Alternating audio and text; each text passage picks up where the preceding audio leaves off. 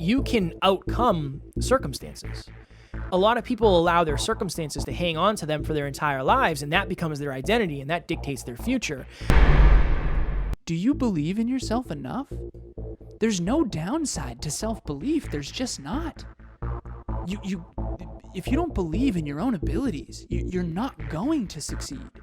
If you don't believe in your own abilities, you're not gonna aspire. Next Level Nation, welcome back to another very special, as always, episode of Next Level University, where we teach you how to level up your life, your love, your health, and your wealth. We hope you enjoyed our latest episode, number 902. Today, for episode number 903, it's Motivation Monday. Huge things can come from small towns. So, Alan and I like to take a nostalgic look back through our past because if you don't know, Alan and I grew up in the same small town. We went to the same high school. We were friends early on in life. Alan and I played spin the bottle with the most popular girls in our middle school, and that was interesting for sure. That was a fun experience. But looking back, I think we all don't necessarily know what quote unquote normal is. And we assume that maybe where we grew up, it was like that for everybody. And even Alan brought that to my attention of, I didn't realize how small our town actually was. But something that you might not guess if you watch this podcast, if you listen to us, if you've seen me speak, whatever it may be, is for most of my life, it was expected that I was going to be the mess up in all of my friend groups. We used to talk about how if anybody was going to end up in jail out of all my friends, it was going to be me. And that's one of the reasons is because most of my family members at some point or another had run-ins with the law. I know that was a pretty common experience in the Palmieri family. So I look back at that, and I had a moment recently, Alan, I talked to you about this, where I was looking. You ever have those moments where you look on Facebook and say, I wonder what this person's up to? You ever have those moments? Oh, yeah. I was thinking back to my friend group, and out of the friend group I had, there isn't a lot of ambition going on there. And some people were in trouble with the law, and some people got into drugs, and some people, there was a lot of like negativity. And then I was thinking back to my old relationships in high school. In most of my partners that I dated in high school and maybe fresh out of high school, they all had substance abuse issues. All of them. I remember asking Tara, and I said, do you think that's like, is that common? Is that a common thing? And she said, well, I think it's more common than it's ever been, but I don't know if it's to that level. And that was really eye-opening for me. And I'm not saying anything against these people. It's just it's very interesting to me that for a lot of my life, that was my identity. I was the kid who grew up in the broken home. I was the kid whose family had been to jail. Like, a lot of my extended family had been to jail. And I was the kid who didn't have a dad. And then, that transitions to not being good in school and not really aspiring to much, knowing early on I wasn't going to go to college. That was never, ever, ever a goal for me. I remember, Alan, we were in a computer class one time, and I don't know what we were doing. I think the point of it was to find your job. Like, do some research, and this was probably 2006. Do some research and see what you'd like to do with your life. And I remember thinking the only thing I will do if I go to college is I'll learn exercise science so I could be a personal trainer. And I remember looking it up, and I was like, I'm not going to do this. This isn't what I want to do with my life. So I knew pretty early on that just wasn't the path for me. But in high school, I think it was senior year of high school, I was dating somebody, and her mom was a manager of a gas station. And I got my first job as a gas station attendant. And I'll never forget first of all, how fun it was at the beginning, because I worked with a bunch of my friends. It was like a really good time. But after my friends went away to college, I stayed at the gas station all by myself. And I remember the popular kids would come in, or the popular girls would come in and get gas. And I used to be so embarrassed because I was like, oh, I wonder what they're thinking. And nothing against anybody out there if they work at a gas station. This is just my experience. And my friends were out partying, and they were having fun at college. And I was just like, I just felt bad, and I felt stuck, and I felt trapped. And I was just embarrassed that so many other people had felt like they outgrew me. And I remember the gas station actually got bought out by somebody, and the person who bought it out used to take our money. So at the end of your shift, you have to like Z out the register. You know, you have to make sure that if you sold X amount of gas, it was this whole thing. But you'd have to read the numbers off the pump. You'd have to count the cash. You'd have to run the credit card machine. And if the numbers didn't add up, my boss would take the difference. He would just take the money out of your money. So if you were $200 short, for some reason, it could be a credit card issue, it could be a pump issue, the money came out of your check. And it wasn't check, it was cash. I got paid in a white envelope at the end of every week. And all it said was the amount on it. That was it. There was no timesheets. There was none of that. And I remember routinely, like, I remember talking to my coworker. I was like, hey, I think we should like talk to the government about this, because I don't think what he's doing is legal. Because he took like $60 from me this week and I didn't take the money. If I was going to steal the money, I'd steal more than $60. Like, I don't know what's going on here. But I remember that. And I remember my boss came in one time, and in the middle, there was 1, 2, 3, 4, 5, 6. There was 6 pumps at this gas station. In the very middle, there was this island, and you would stand there when, you know, the pumps were pumping.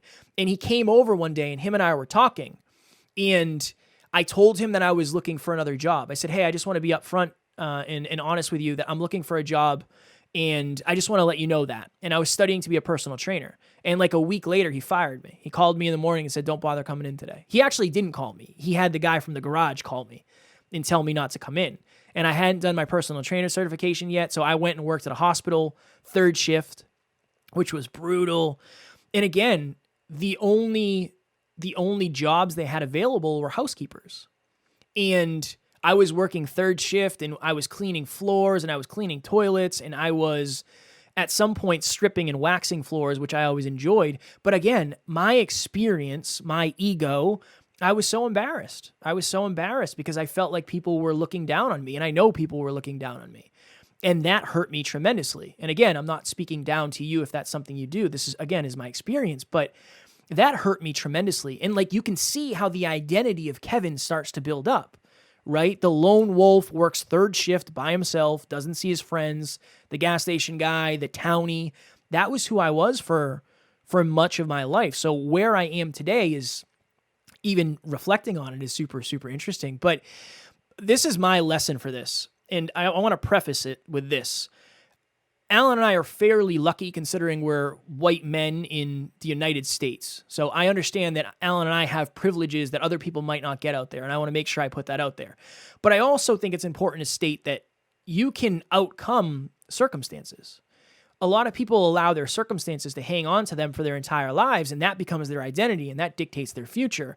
Imagine your identity coming from your aspirations, coming from the amazing work you're doing in the world right now. Imagine your identity coming from a projection of who you want to be, not who you once were. That has helped me tremendously, and that really has been a huge shift for me. And the new story of my life is I don't even remember a lot of those things anymore, because that's not who I am. Those are things that I've done. Those are things that I've experienced, but that's not who I am. And this podcast has helped tremendously with getting a global perspective of the world. And that's what you need to do out there. Maybe you grew up somewhere small. Maybe you grew up somewhere where opportunity was limited. Get a global perspective of what's actually possible for you. We've been lucky enough to interview millionaires and billionaires, and that has helped me shift and understand, okay, if it's possible for them, it's at least possible for me. Maybe it's not probable yet in the very beginning of this journey, but getting that global perspective has been very helpful for me. Emilia and I were talking last night, and for some reason, we were watching Lord of the Rings. We were watching the whole series. I know anyone who listens to this show kind of knows that, because I've talked about it several times. And there's a scene in the second movie. I don't think Kevin's seen them, but nope. Legolas is on a shield going down a set of stairs while shooting orcs with a bow. And Emilia thought it was a really cool scene, and we got to kind of nerd out about it, and we love those movies. And it's one of my favorite movies growing up, so it took me back. I actually got dismissed from 8th grade middle school, Kev, to go see The Lord of the Rings, The Two Towers with my friend Nick. And so anyways, she ended up saying, like, I used to do archery as a kid. And she was jokingly, she's like, oh, I'd be able to out archer you or whatever. And I was like, sweetheart, I had a bow when I was like 7 or something. When I was really young, probably 10, honestly. I probably exaggerated. But I had a bow and arrow. I grew up with a stepfather from age 3 to 14. He left when I was 14. But he was a hunter, fisher, type of person. And I had a bow. I had a slingshot from a very young age. And I remember thinking to myself, I was talking to her last night, and this is the point. Like, it was such a small world back then. Kev, there was still corded phones. Yeah. 508-278-5646. That's Kiki's number. I had a beeper. And not anymore, Alan. obviously. I had a pager. I had a pager. Yeah, I asked Tara, and I said, did you ever have a pager? And she's like, no. And I said, I had a pager in high school at one point. It's beeper. Wild. Kev, back then, there was no internet. Yeah. Like, do you ever remember being, and again, this is big things can come from a small town. I remember playing a video game and then getting yelled at because someone was waiting for a phone call. Yeah. Because we had dial-up internet. So if you're one of our younger listeners, you don't remember this. What? I had a typewriter, Alan. Before we had a computer, I had a legitimate electric typewriter. I'm not even kidding. So when I was having this conversation with Emilia, I said it was such a small world back then. We grew up in this, we had 5 acres, and it was a big pond, small lake, and we fished, and I had a bow and arrow, and I had a slingshot, and it's like, and I had a very, very challenging childhood, and some things were really wonderful, and some things were very, very challenging. But compared to the way we are now, Kev, the way we think now, I mean, we have such a global perspective. I mean, we have one team member in Italy, one team member in Canada. I have a client in Australia. I talk to these people every other week. It's such a global, it's kind of like we came from such a small world. There was no Google. There was no internet. I couldn't like Google something and figure it out. There was no personal development. I didn't get to listen to anyone's podcast because podcasts didn't exist. It was kind of, you grew up in the geographical location that you grew up, and the mindset of that location downloaded into you. And I remember thinking with Emilia about this, like, what made me different? How did I outgrow this little tiny environment where it was hunting and fishing and stuff like that? But in hindsight, it was a very small-minded town in a small-minded community. And what I want to say is this, and anyone who, grew up in this town, if you're offended, I apologize. But what I mean by this is there was an aspiration. I didn't grow up around any like aspiration. My mom taught me, Alan, you can be a CEO or you can be a farmer. I'm going to love you either way. But if you aim high for CEO, you can wake up one day and decide to be a farmer. Right by my house, there was a farm, a horse farm. And in my head, it was like, okay, aim high. She said, aim high and you'll have choices. And so I just did. I aimed so high. And I always did. And so what I really want to check in here with all our listeners is like, how much do you believe in yourself? Because I didn't know this back then. I'm 33 years old now. But when I was 10 or 15 or 17 or 19 or 22, I didn't know that I was one of the only people that had massive goals to change the world. I have a desktop background right now that says the people who are crazy enough to think they can change the world are the ones who do. And it's a Steve Jobs quote.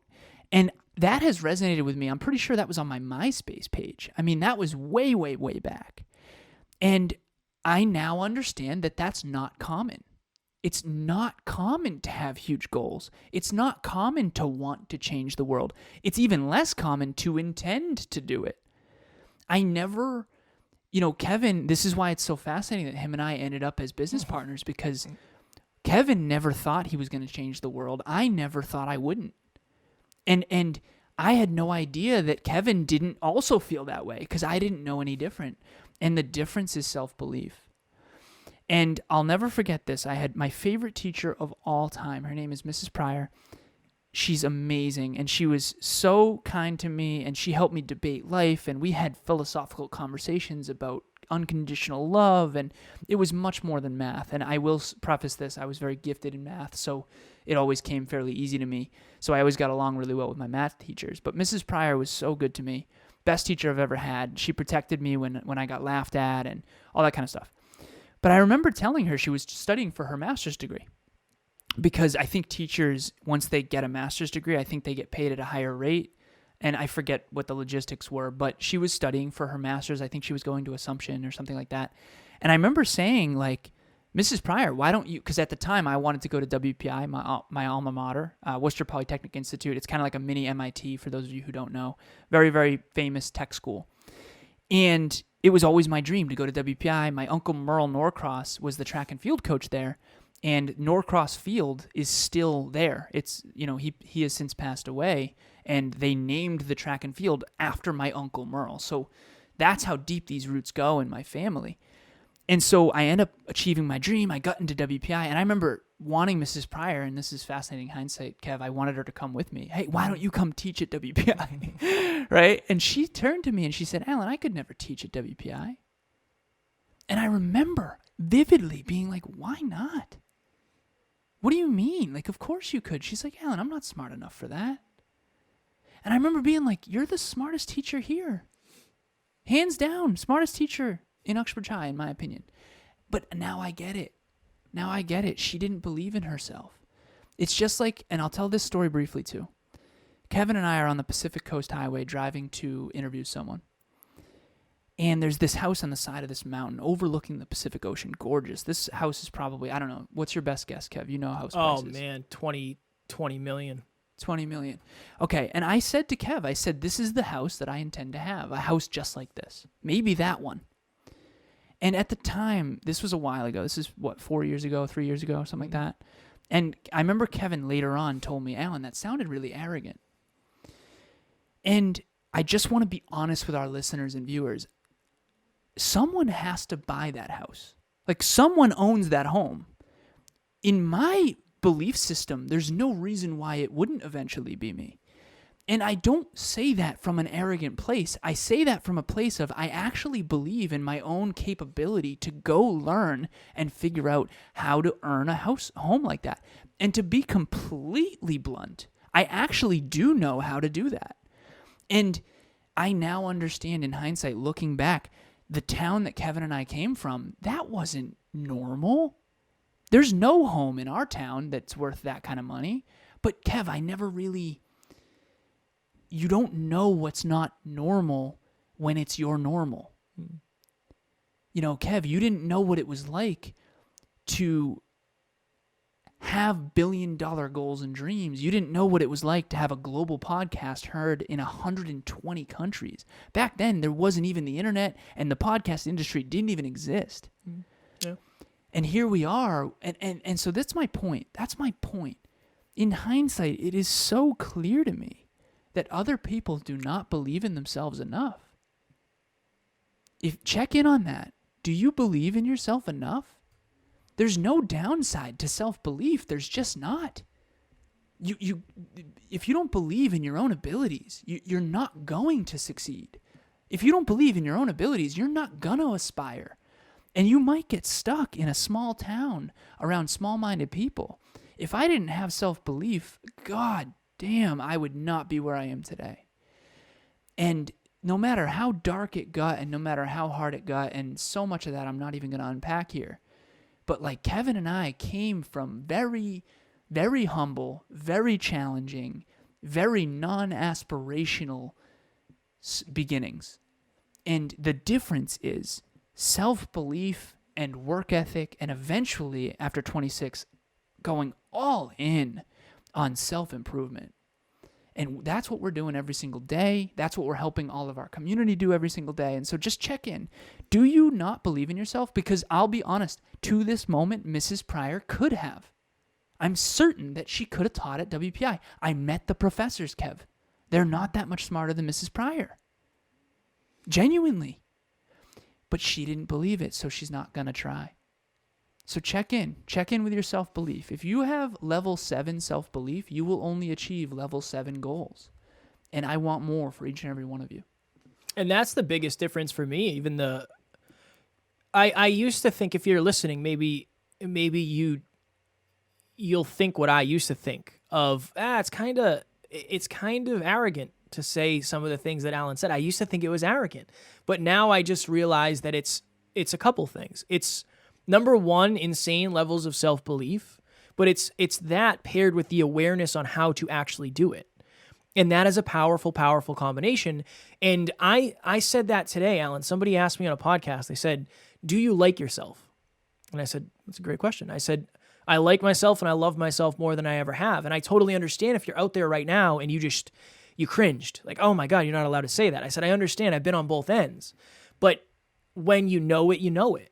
And that's what I aspire other people to have, just like Alan aspires for you out there. If you're listening, you're watching to this, to truly believe in yourself, to truly believe in a brighter future, to truly believe in what's possible for you.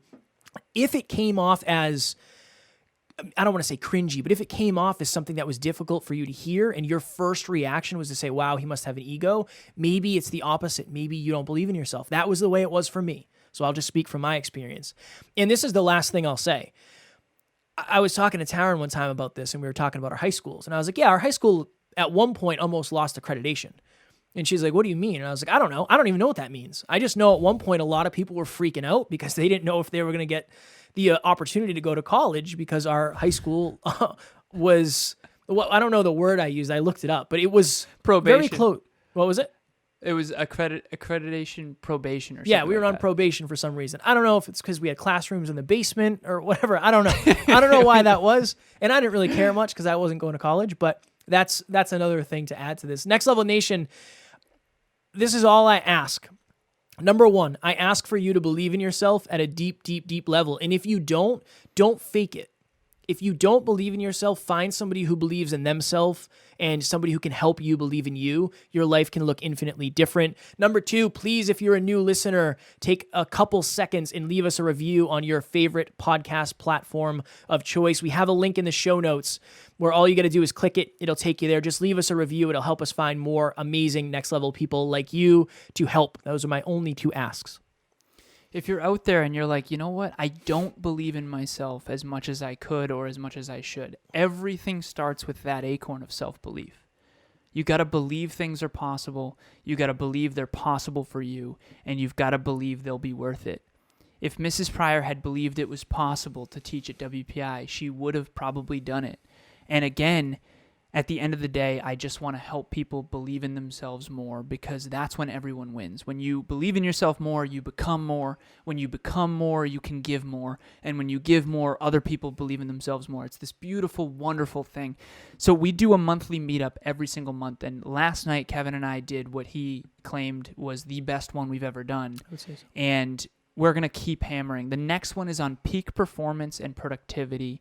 And there will be a link in the show notes. If you want to believe in yourself more and you want to achieve more in less time, join us. The link is in the show notes. And shout out to Christina, who's co-piloting those events. She's going to open the room early. Everybody's going to come in. Kevin and I are going to come in. It's a beautiful opportunity that's not recorded. It's not repurposed. It's completely private. You can put all your questions in the chat. The chat was on absolute fire during last night's meetup. And you also can unmute your mic, and we always give a chance for Q&A. I think we went over by like 10 minutes last night on Q&A stuff. And also, if you're listening to this on Monday, tonight, 6 p.m. Eastern Standard Time is our live podcast. Dialing in your fitness habits is what we'll be talking about tonight. As always, we love you. We appreciate you. Grateful for each and every one of you. And at NLU, we do not have fans. We have family. We'll talk to you tomorrow. Please reach out.